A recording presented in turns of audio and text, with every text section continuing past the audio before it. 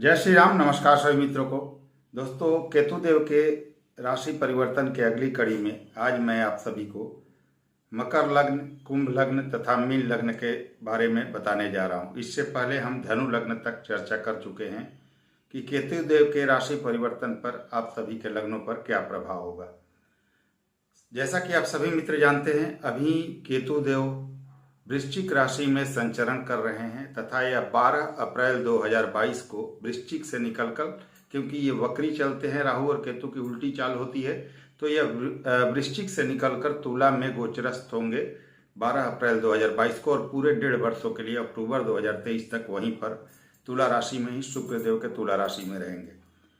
तो मकर, कुंभ तथा मीन लग्न पर क्या प्रभाव होगा केतु के इस राशि परिवर्तन का, इस वीडियो में जानेंगे। जैसा कि मैं हमेशा बताते आया हूं कि लंबे अवधि का गोचर लग्न पर अप्लाई करना चाहिए, तो इसे लग्न पर ही अप्लाई कीजिए। आप लोग लग्न पर ही यह वीडियो दिया जा रहा है।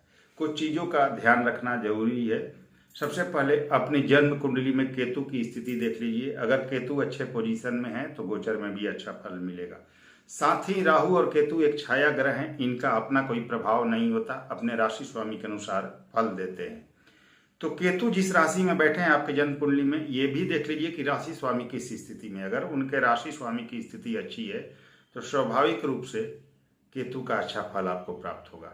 तीसरी चीज यह देख लीजिए कि क्या आपके दशाओं का फेवर आपके साथ है, यानी जो दशाएं चल रही है वो योग कारक ग्रहों की है या मारक ग्रहों की है।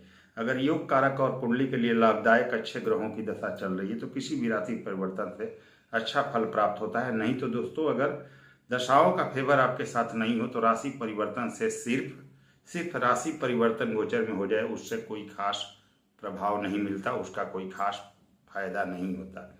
इसके अलावा एक चीज और देख लीजिएगा, शुक्र की तुला राशि में केतु का गोचर होने जा रहा है, तो शुक्र की क्या स्थिति है। अगर शुक्र अच्छे हैं तो आपको अच्छे फलों की प्राप्ति होगी केतु देव के इस राशि परिवर्तन से।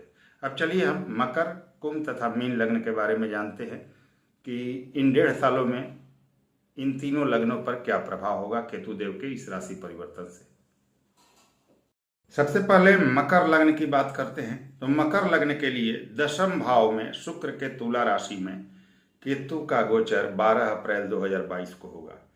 दोस्तों, राहु और केतु का प्रभाव दशम भाव में बहुत अच्छा माना जाता है। हालांकि एक चीज ये भी है कि केतु एक बंधन का कारक ग्रह है, तो बंधन जिस भाव में रहते हैं उस भाव से संबंधित या जकड़न जरूर देते हैं। तो कैरियर में थोड़ा बहुत उतार चढ़ाव देंगे, फिर भी दशम में अच्छा फल देंगे आपको। आप कोई कैरियर में नया ग्रोथ पा सकते हैं, ऊंचा मुकाम पा सकते हैं, राजनीति में सक्रियता बढ़ सकती है, नेम फेम और पद प्राप्ति का आपका योग बनेगा। ये स्थिति आपके लिए बहुत अच्छी रहेगी। द्वितीय भाव पर केतु की दृष्टि जाएगी। शुक्र अगर आपके अच्छे हुए तो बहुत मात्रा में आपके पास धन आएगा, धन की कहीं कोई कमी नहीं होगी। पारिवारिक रिश्ते भी अच्छे होंगे, लेकिन आपकी वाणी कटु हो सकती है, वाणी आपकी एग्रेसिव हो सकती है, जिससे रिश्ते प्रभावित हो सकते हैं, तो उसका ध्यान आपको रखकर चलना होगा। अदरवाइज कैरियर के लिए, पैसे के लिए, बैंक बैलेंस के लिए केतु का गोचर मकर लग्न के लिए बेहतरीन फलदायी है, अच्छा फल देगा।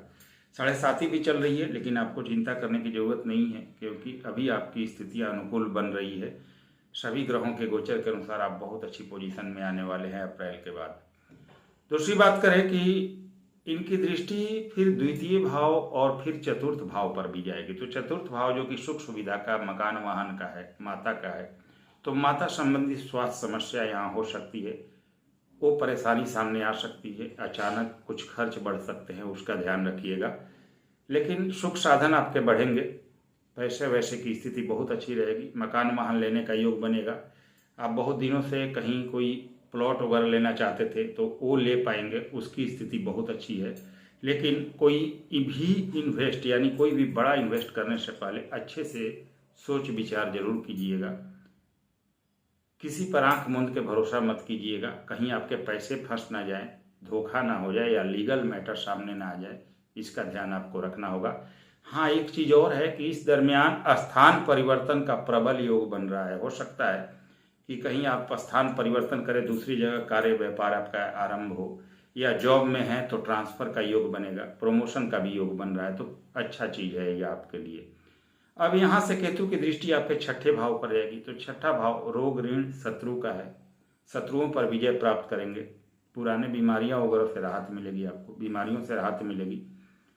कर्ज वगैरह लेने से बचना चाहिए, हालांकि पुराने कर्ज चुकता जरूर होंगे, लेकिन इस दरमियान कैरियर के लिए कर्ज लेना पड़ सकता है आपको, उससे बच कर रहें तो आपके लिए ज़्यादा अच्छा है। तो मकर लग्न के लिए मिला जुला कर केतु का यह गोचर बहुत अच्छा फल देने वाला है।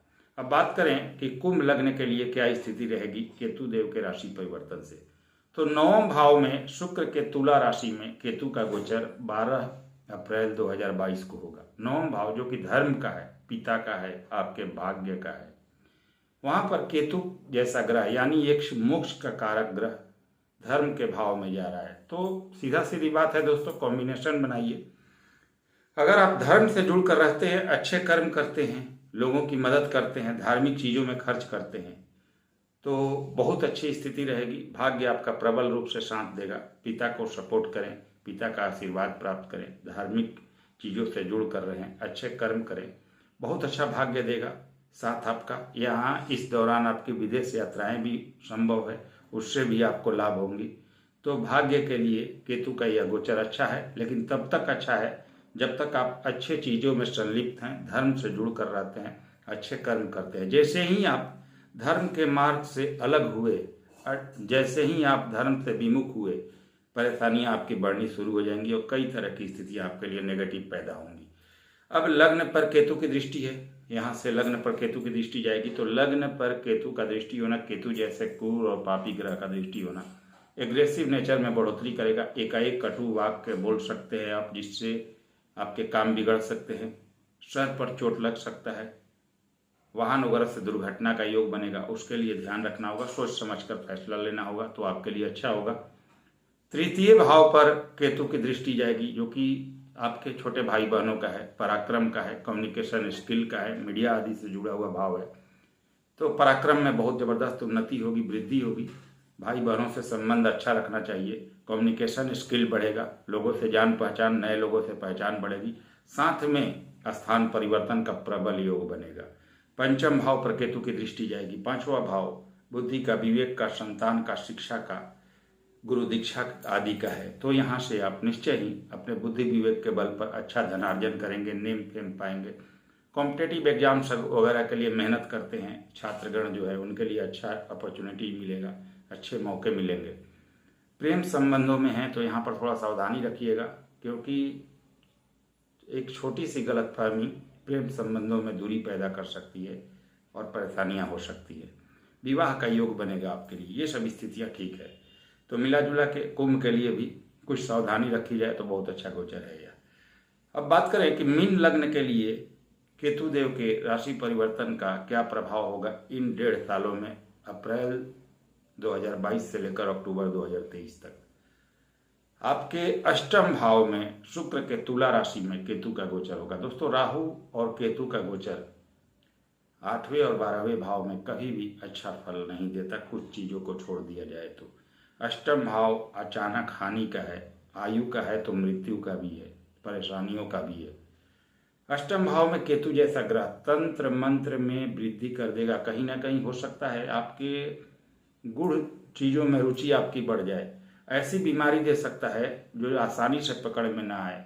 फालतू चीजों में, फालतू के पचड़ों में, या ऐसे कहें कि तंत्र मंत्र आदि में पढ़कर आप पैसे बर्बाद करेंगे, ये भी दिख सकता है। पैतृक संपत्ति का हानि यहाँ हो सकता है, उसका ध्यान रखें। चोट चपेट लगने का योग बनेगा, वाहन से दुर्घटना वगैरह होने का योग बनेगा, ये चीजें आप ध्यान रख कर चले। हाँ, एक चीज अच्छी है, फॉरेन सेटलमेंट का योग बनेगा यहाँ से आपके लिए। अगर फॉरेन जाना चाहते हैं तो निश्चित रूप से फॉरेन जाने का योग बनेगा और परमानेंट सेटलमेंट का भी योग बनेगा। 12वें भाव पर केतु की दृष्टि होगी। धर्म से जुड़कर रहे, अच्छे कर्म करें, धार्मिक यात्राएं करें, लोगों की मदद करें तो अच्छा फल मिलेगा। 12वें भाव पर दृष्टि केतु की आपसे खर्चे कराएगा, स्वास्थ्य समस्या भी दे सकता है। किसी प्रकार के विवाद तथा पुलिस मुकदमे, कोर्ट कचहरी से बच कर रहें, नहीं तो परेशानियां आपके लिए खड़ी हो सकती हैं। धर्म से जुड़कर रहें, अच्छे कर्म करें तो अच्छा रहेगा। धन भाव पर केतु की दृष्टि रखे हुए धन को खर्च करा सकता है, पैसे के लिए परेशानी खड़ी कर सकता है। तो कोई बड़ा निवेश सोच समझ कर करे, पैसे का लेन देन बहुत सोच समझ कर करें, अपने गुस्से पर कंट्रोल रखें, वाणी पर नियंत्रण रखें, परिवारजनों से रिश्ते अच्छे बनाकर रखें। चतुर्थ भाव पर केतु की दृष्टि जाएगी तो माता संबंधी कष्ट, माता को सर्जरी वगैरह हो सकती है, यहाँ पर ये ध्यान रखें। कोई बड़ा निवेश करने से बचे, भूमि भवन आदि लेना हो, वाहन लेना हो, लोन वगैरह लेना हो तो सोच समझ कर ले, कहीं ऐसा ना हो कि पैसे फंस जाए, कोई परेशानी आ जाए। तो आपके लिए अगर आप मीन लग्न के हैं तो बहुत सोच समझ कर चलने वाला समय है। कोई भी कार्य किसी बड़े से सलाह लेकर सोच समझ कर करें तो आपके लिए बेहतर होगा। तो दोस्तों, यह रहा मकर, कुंभ तथा मीन लग्न का लग्न फल केतु के राशि परिवर्तन का।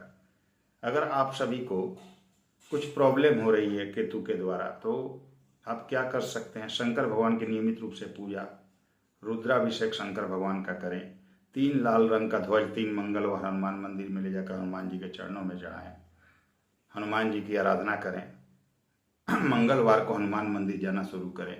केतु से मिलने वाली परेशानियां अगर आपके केतु नेगेटिव हैं तो आपको समाप्त हो जाएंगी और अच्छा फल प्राप्त होगा। तो अगर आप सभी को दोस्तों वीडियो पसंद आ रही हो तो लाइक शेयर सब्सक्राइब जरूर करें। अगले वीडियो में फिर से मिलते हैं, तब तक के लिए नमस्कार, धन्यवाद।